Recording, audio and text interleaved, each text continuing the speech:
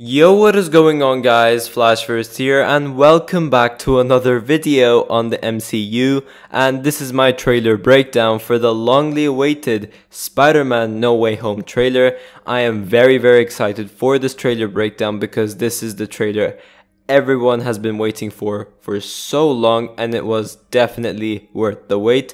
I honestly cannot wait for this movie, especially after seeing some familiar faces, which I will get into later on. And before I get into the trailer breakdown itself, I will quickly play the trailer once more to obviously give you guys a quick recap in regards to everything that took place during this trailer. But if you guys are not able to see the trailer in just a few seconds, that means that it got copyright claimed and I would have just had to remove it. But hopefully that doesn't happen. But yeah, let's play the trailer as a recap before I go into the trailer breakdown. So yeah, wow, this trailer. There are some crazy things which we need to break down. I will go over everything from Easter eggs I was able to find to things you guys may have missed while watching the trailer. But just before I get into the breakdown, you guys don't forget to drop a like on the video and subscribe to the channel so you are aware of more MCU videos coming your way.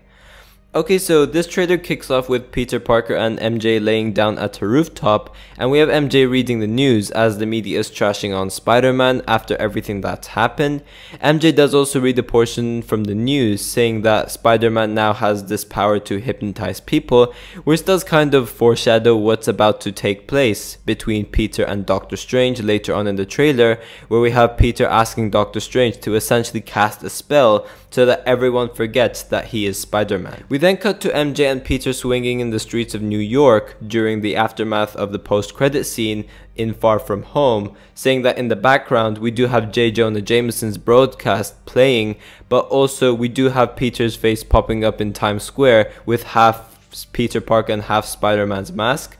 We later on see the shot where we have everyone surrounding Peter, and this is taking place literally right after Far From Home, saying that the street sign says West 33rd Street, which is opposite Pennsylvania Station if you look in Google Maps. And this literally shows that whatever is happening during the scene takes place right after Far From Home, saying that Pennsylvania Station is where the big reveal took place. We then cut to Peter Parker in the police station as he is arrested, and we do actually see someone who looks a lot like Matt Murdock, who is obviously Daredevil. We do know that he will be in this movie, but I don't know what type of a role he'll be playing, so I'm assuming this is one of his scenes that he will be on. We do obviously have Peter blaming the drones for killing Mysterio, in which, you know, it was the drones that basically manipulated everything to make it look like Peter Parker was the villain. He's obviously sitting down in the interrogation room with handcuffs on, which is a really nice Easter egg to Man of Steel, where we had Superman being interrogated by the soldiers, both of which are easily able to break out of these handcuffs, but don't. I'm guessing Peter won't, but obviously with Man of Steel we do see Clark breaking out of those handcuffs. We do also see the Matt Murdock lookalike slam some files on the table.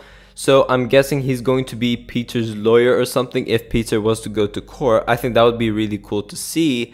I would obviously love to see him suit up as Daredevil, but I don't know if we'll see that happen. We do then head over to Peter and MJ talking on the phone, where they're just talking about recent events taking place and how much it basically just ruined everything in their lives. We do have Peter and his friends turning themselves into custody. I don't know if this is them going to court or they're just handing themselves in to the police. But this just highlights how badly this reveal has affected everyone in his life. It's just not Peter, but it's literally everyone who's close to Peter. And we do also have this John Wick excommunicado situation taking place, where we literally have a bunch of helicopters chasing after Spider-Man across the city, and they're just following Spider-Man all through New York. So it's pretty much like John Wick, where basically John Wick's ordered to be assassinated and like everyone's going after John Wick. It's pretty much the same concept, but except Peter obviously will not get assassinated, they're just after him because of what happened. We do also have Peter Parker going back to school. No idea why he did that, because that is literally one of the worst places to go in this situation, but oh well. We do see that Peter and Aunt May are being interrupted by someone in their apartment. So this could either be an antagonist who has found out Peter's identity through the broadcast, so he just wants to kill everyone close to him, such as Aunt May, which is actually something which happens in the comics, or it could simply be happy walking in and giving some bad news as well. It could be one of those. In the Civil War comics, obviously Peter Parker does reveal his identity to the world, which leads to antagonists killing Aunt May. So I'm not saying Aunt May will die in this film, but maybe we'll see something similar where we do have a couple of villains try to, attack people close to Peter because of this big reveal. Now this movie does look like we will be getting a lot of time jumps, saying that the start of the film will literally take place right after Far From Home, and when we have Peter look at the decorations, it is decorated like it's Halloween, but then later on we do know that most of the film will take place during Christmas as well, so it does look like we'll be having a couple of time jumps, or this film will just be like, separated into different time periods. But Peter gets the idea to see Doctor Strange as he looks at the Halloween decoration of a wizard. So yeah, he goes to the Sanctum Sanctorum where he sees the place covered in ice, since the rooftop was broken during Avengers Infinity War when Hulk crash landed. No idea why it wasn't fixed, but yeah, it is what it is. It does look cool. But we do see Doctor Strange meeting with Peter Parker, and Peter asks whether it's possible to reverse the identity reveal from everyone. And this is kind of a play around in the comics where Peter asks Mephisto to reverse the identity reveal and also bring Aunt May back, and in order to do so he has to give up something he loves, which results to Mephisto taking the MJ part out of his life. So MJ and Peter basically break up. Once again, I'm not saying something like that will happen, but it's kind of like a play around in the comics, which they're going for over here. Obviously in the comics, Doctor Strange does help out as well before he's unable to find a solution, which results to Peter going to Mephisto in the first place. But yeah, Peter explains to Doctor Strange why this is really important and why this has to happen, which results to Wong warning Doctor Strange not to use the spell, in which Doctor Strange obviously promises that he won't, but obviously he does it anyways. He winks at Peter, he's like, okay, right, let's do this. And we do then cut to Doctor Strange use a strand of Peter's hair to basically cast the spell and reverse the big reveal. But we do have Peter interrupting the spell, saying like, oh wait, I don't want everybody to, forget about my identity. What about MJ? What about Ned? He's my best friend. What about May? And those things which Peter are saying are basically ruining Doctor Strange's concentration, which basically results to reality to break.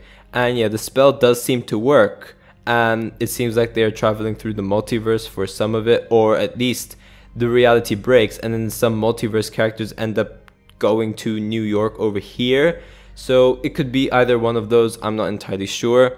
We do then cut to a couple of visually sick scenes taking place as we see Spider-Man and Doctor Strange teaming up together. I really like the scene with the trains, and also when we have this shot of Doctor Strange putting Peter in astral projection and he basically says that you're trying to live two lives. I really like those shots. No idea why he's in astral projection, but I guess we will have to wait and see. But yeah, the rumors are true. We do see Willem Dafoe's Green Goblin appear, as we do see the pumpkin bomb in the shot, and we do have the Goblin laugh as well, which was pretty sick. We do also see some electrical sparks showing up a couple of times in the trailer, and that is obviously from Jamie Foxx's Electro.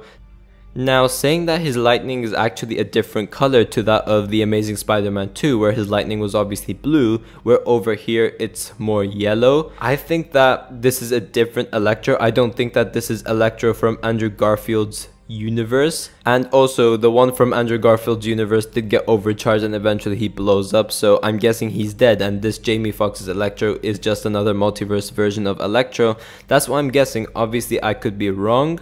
We do also see the electrical proof suit a couple of times in the trailer, where we do see him running through Feast with his black suit, but also there is a shot where he fights Electro with his electric proof suit as well. We do know that he will be getting another suit, but we don't actually see that in the trailer. We just see him in the Iron Spider suit, we see him in the electric proof suit, and then we do also see him in the Far From Home suit for a couple of shots as well. Now, funny enough, we do actually see other villains in the trailer. So we do see Sandman in this shot over here, as we do have a shot of a sand person erupting while Electro is fighting Spider-Man, but also we do have the shot of the lizard who is actually behind Peter. So yeah, it does look like we are getting the Sinister Six for this film. I'm guessing Willem Dafoe's Green Goblin will be recruiting these different villains, and then they will form the Sinister Six. Whether we do actually get Tobey Miguire and Andrew Garfield's Spider-Mans to appear, I don't know. I hope they do, because it will be pretty cool to see that. If they were to appear in the film, then they will most probably show up in the third act. They will definitely not show up earlier on or in the middle. It will probably be in the third act if they were to actually appear. But yeah, the trailer ends with Alfred Molina's Dr. Octopus confronting Spider-Man, and he says, "Hello, Peter." Once again, we don't know if this is actually the exact same version of Dr. Octopus from the Raimi verse, saying that he does say hello Peter to another version of Spider-Man who isn't his version of Spider-Man, if this is from the Raimi verse. But also, we do know that Alfred Molina did kind of release a spoiler where it does suggest that he's from the Raimi verse, so I'm not really sure. I guess we will have to wait and see. But yeah guys, thanks for watching. If you guys have enjoyed the video, please give a like and subscribe. Be sure to tell me in the comment section down below what you guys are most excited for going into Spider-Man No Way Home. And yeah, I will see you guys in my next video.